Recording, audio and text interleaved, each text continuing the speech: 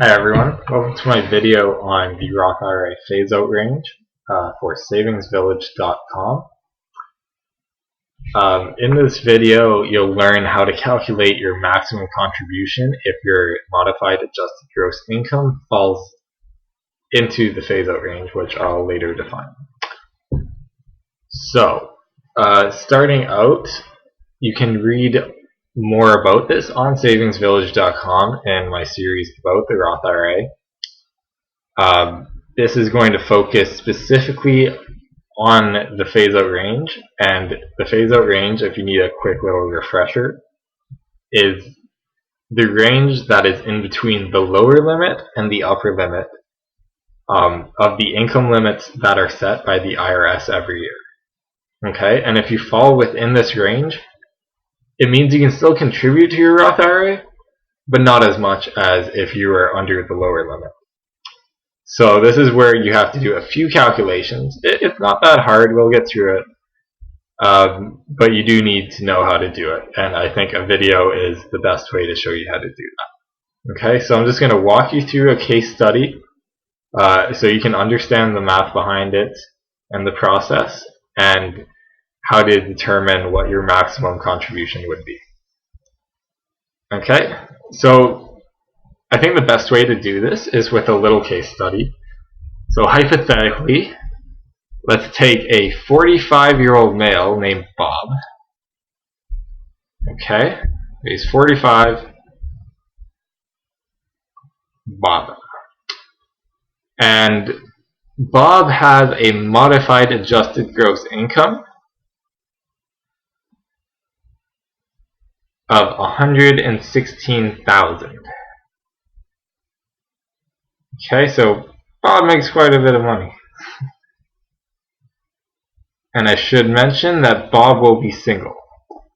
But this process is the same whether you're married or single or married separated, it doesn't matter. Okay, so moving on. If this was in 2012, we'll do that for this example. The IRS released a lower limit for your income limits of $110,000.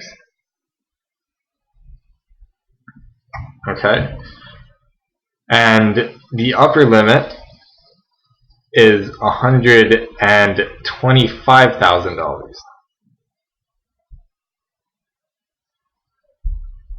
Bear with my terrible writing skills. The best I can do, though. So $110,000 and $125,000 are the limits. So Bob's MAGI of $116,000, that's going to fall in between this. So if he was below this lower limit, he could contribute the maximum amount, but he's in between, so that means he can contribute a reduced amount. So the first thing we want to do is we're going to calculate the range between the upper and lower limit. So we do that by subtracting the upper limit, $125,000, and subtracting the lower limit from that of $110,000. Okay, this gives us a range of $15,000.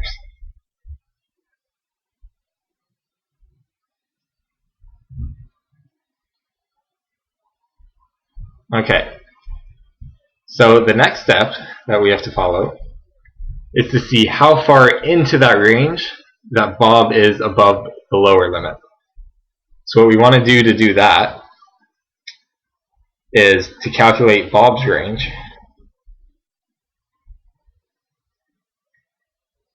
And basically we do the exact same thing we just did, except we use Bob's MAGI as the upper limit. So we're going to do 116,000 minus 110,000. 116,000 minus 110,000, which is the lower limit. And we see that Bob is $6,000 into this range. Okay?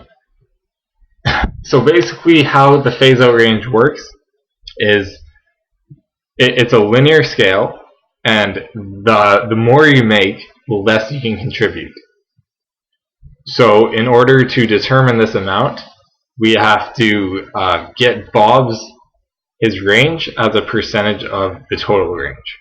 So what we're going to do is we're going to divide this 6,000 and divide it by the 15,000 range that we calculated for the total upper limit and a lower limit range.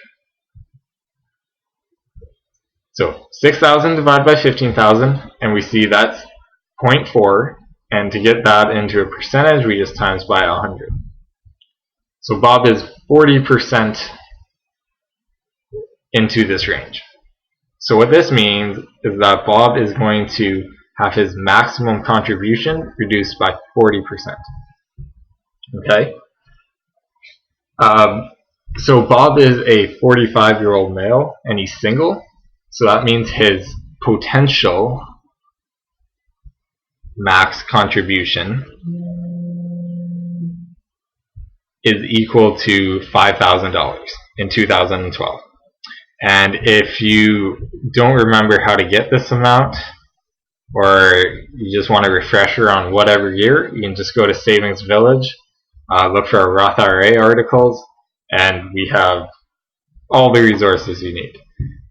Okay. So basically from there, we want to find his actual max.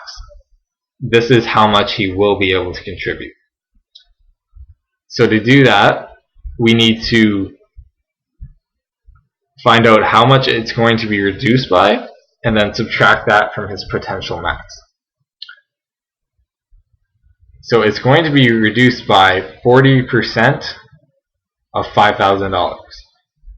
So to do that, we use the 0.4, the decimal form of this 40%, and we multiply that by his potential maximum limit, which is $5,000.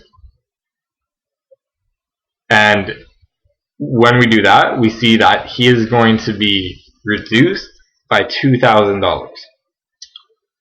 So in order to get our final number, we simply subtract this $2,000 from the potential maximum amount of $5,000. So 5,000 minus 2,000. I know you can probably do that in your head, but just to be sure, his maximum contribution is going to be $3,000 for 2012. Okay? So that is our final amount. So this is all there is to it for the phase-out range. It's nothing overwhelmingly complicated, just a few basic calculations. In order to make this a little easier for you, maybe you don't want to write all this out every time, do the calculations. I can understand that. I made a simple Excel spreadsheet. Okay, I'll upload this. I'll put a link in YouTube, the description box, and if you're on Savings Village watching this, there'll be a link right under the video if you want to download it. And all you have to do is input 4 values in the orange boxes, and it'll do the calculations, and it'll spit out your maximum contribution based on this formula up here. So for example, if we were doing Bob's example again, we know the lower limit's 110,000, upper limit is 125,000, his MAGI is 116,000, and his maximum contribution is potentially $5,000. And then it shows us $3,000. And that's the exact same thing we have here. So it's fairly simple. It should save you some time if you want to download that. So that's my video on the phase-out range. If you have any questions, just leave them on YouTube or leave them at the bottom of the article on Savings Village. You can send me an email there too. I'll try to address them as clearly as I can.